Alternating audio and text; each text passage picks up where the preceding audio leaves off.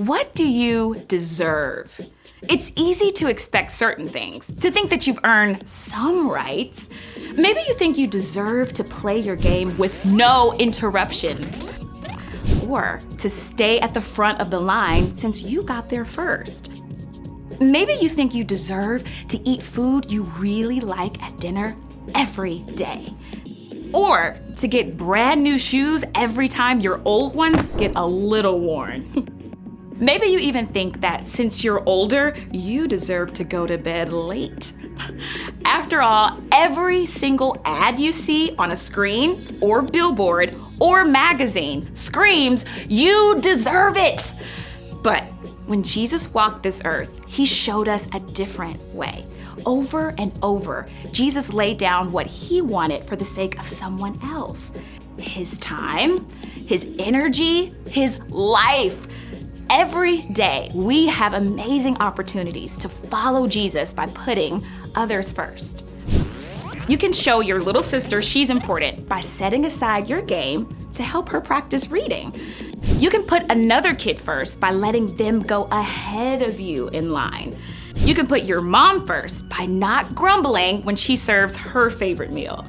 And you could keep wearing your old shoes and give the money to a place that provides clothes for kids in need. And you can put your whole family first by going to bed on time so that you're not super grouchy in the morning. Jesus lived out every moment of his life putting others first. His love for us goes on and never ends. So you can say thank you to God by giving up what you think you deserve. When you put others first that way, others can see God at work in you.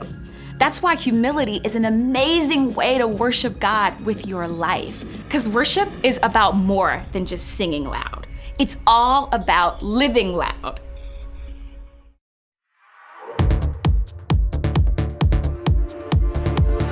I'm blown away by your love for me. It goes on and never ends. I belong to you. I'm chosen by you. Forever, I'm your friend. You'll always be right here with me. I'm so thankful for your love. No matter what I do, I know this is true. You're by my side, you'll never leave. I wanna thank you, God, for showing me who I am. You're so good, you help me to understand. We are your sons and daughters. You're such an amazing father. Thank you, God, for coming to rescue me. You're so good, God, you're everything I need. Every minute of every day, I just wanna say thank you, God. I'm blown away by your love for me. It goes on and never ends. I belong to you. I'm chosen by you. Forever, I'm your friend.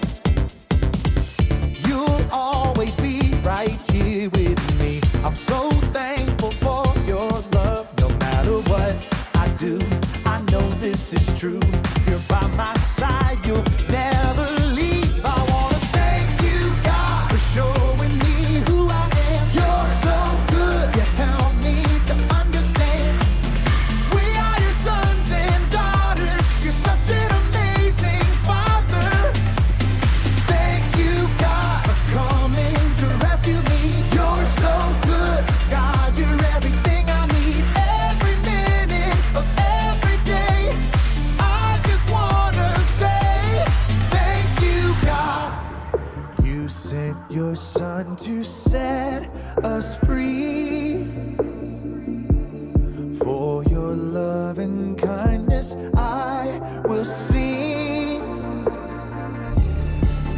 You sent your son to set us free. For your love and kindness, I will sing.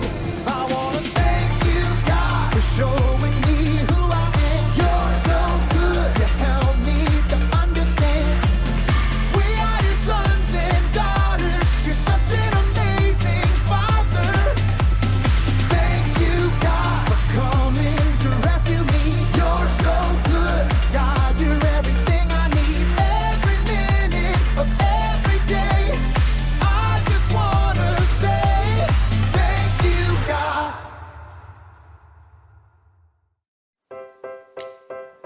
There you go. Thank you. Hey, welcome to the StoryLab. This week we're talking about humility while we take a look at the story of someone really important who took on the job of a servant.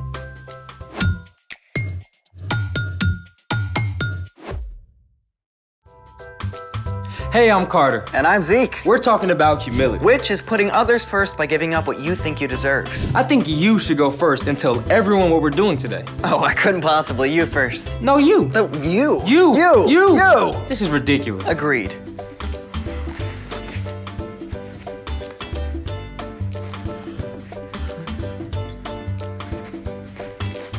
So you want to tell everyone what we're doing? Well, there's an amazing celebration coming up next week. Spoiler alert, Easter. And one of the traditional ways to celebrate new life at Easter is by decorating these tasty semi-orbs. Today, we're gonna get creative. We've each found a new way to decorate eggs. And you can decide what you like best. You may go first. Thank you, but your way has to dry first. So you first. Oh, it's fine.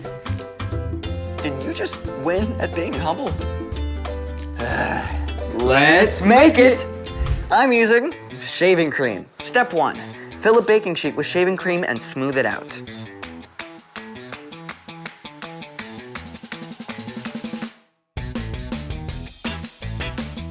Step 2, drip food coloring all over the cream. Lots of food coloring. Then swirl it around with a toothpick.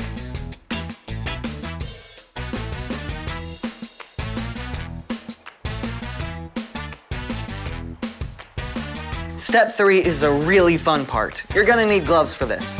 Take a hard-boiled egg and roll it all around in the shaving cream.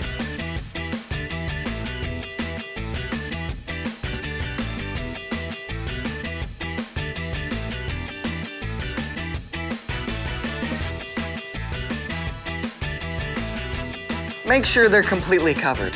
When you're done, let them dry for 20 minutes and you can do a bunch of different colors. Voila! Okay, so those may turn out kinda cool. But while they dry, let's try my way. Okay, step 1 is super simple. Just dye your eggs a solid color in the regular way, using hot water, food color, and vinegar.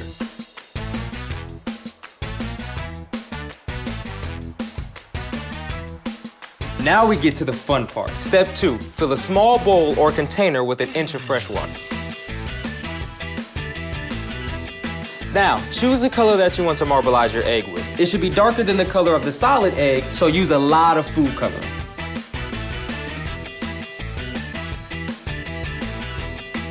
Step 3, add 1 tablespoon of olive oil and stir it gently to create swirls and bubbles. Step 4, take the solid colored egg and place it in the oily water. Roll it around with a spoon and hold it in place for a few seconds here and there to absorb more color.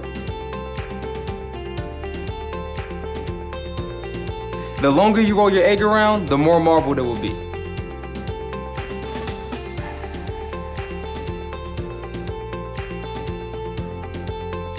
You know what, now I want to take them out and kind of just mix up the colors and just try to see where that goes.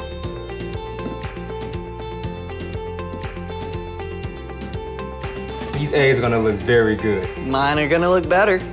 Are they dry? I think so. Want some help? Sure.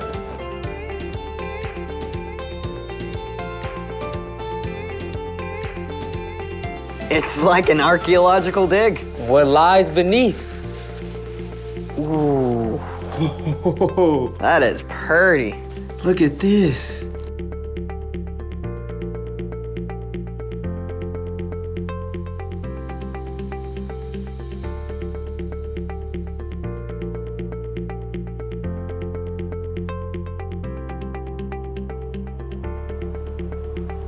Your eggs are very marbly. And your eggs are very swirly. What do we do with them now? They're just for decoration. Maybe an egg throwing contest? Or not. It's time for The story before the story. Today, we're in John, the 4th book in the New Testament. But before John, in the very beginning, out of a deep, deep love, God made an amazing world. But when people turned away from God, the world was broken. God made a plan to draw people back into relationship. So at the right time, God sent a tiny baby to be born in the small town of Bethlehem, God's very own son, Jesus. When Jesus grew up, he began to travel from town to town, teaching and healing. At last, he made his way toward Jerusalem for the Passover feast. Which is where our story starts. Take it away. Hey everyone, I'm Brian. Jesus was about to head into Jerusalem where great crowds were gathered for the Passover feast. He asked two of his disciples to bring him a donkey and her colt.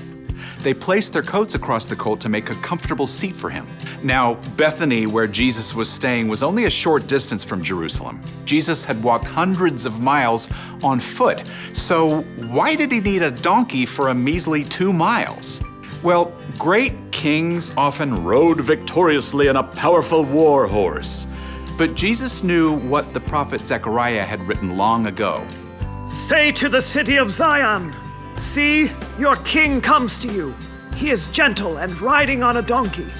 He is riding on a donkey's colt. Jesus was showing that he was a different kind of king, a king who came to serve rather than to order people around.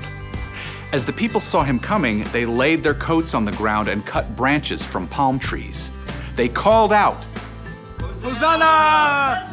Blessed is the one who comes in the name of the Lord! Hosanna! Hosanna! News about Jesus and the amazing things he had done spread all through the city of Jerusalem. But the religious leaders had been looking for a way to get rid of him and saw their chance. Jesus knew the plans of the religious leaders. He knew the time had come for him to give up his life. But first, he had a special message for his closest friends. As they ate the Passover meal together, Jesus stood up. He took off his outer robe and wrapped a towel around his waist. Then he poured water into a bowl and knelt down to wash his disciples' feet. The disciples must have been surprised, to say the least. Washing feet was a dirty job saved for the lowliest servant. Yet Jesus, who had just been hailed as a king, was washing their feet. When Jesus reached Peter, though, Peter put up a protest. Lord, are you going to wash my feet? You don't realize now what I am doing, but later you will understand. When Jesus finished washing their feet, he put on his outer robe and took his seat again. I, your Lord and teacher, have washed your feet. So you also should wash one another's feet. I have given you an example. You should do as I have done for you. Now you know these things, so you will be blessed if you do them. Jesus, God's very own Son, chose to take on the role of a humble servant, and he asked his followers to do the same. The end. Honestly, the washing feet part kind of weirds me out. Yeah, it does seem kind of odd to us now, but with walking dusty, dirty roads, washing feet when you arrived at somebody's home was super important. Yeah, but Jesus didn't actually mean for us to go around taking off people's shoes and washing their feet, right? Well, that's just one way Jesus put others first. The important thing Jesus wanted us to hear is that we can set aside our own wants and needs to show love to others. So, what's our part in the story? Well, maybe it's your brother's turn to unload the dishwasher, but you choose to do it for him. Or you can tell your teacher is feeling really overwhelmed, so you use your free time to help clean up the classroom. Last week I got this brand new game I was super excited to play, but then my dad got home with a giant load of mulch to spread on the flower beds, so I put off playing my game to help him. Yeah. See, if you keep your eyes open, there are opportunities all throughout your day to put others first. And you don't actually have to wash their feet to do it. That's good, right? I'll see you next time. Here's the thing, Jesus put others first. So what are we gonna do with these? Well, my aunt is Greek, and they do this thing where they hold the egg like this. You do one too. Oh, okay. Then you say, Christos Anesti. What's that? It means Christ is risen, and then you tap the eggs together. The egg that doesn't crack wins. Let's do it. Christos Anesti. Ooh. I win. Your egg just cracked. My turn. All right, ready? Whoa, whoa, whoa, whoa! Tap, not smash. Yeah, sorry, can we try again? Sure. Thanks for joining us in the StoryLab. See you next time. All right, ready? Ready. Ugh.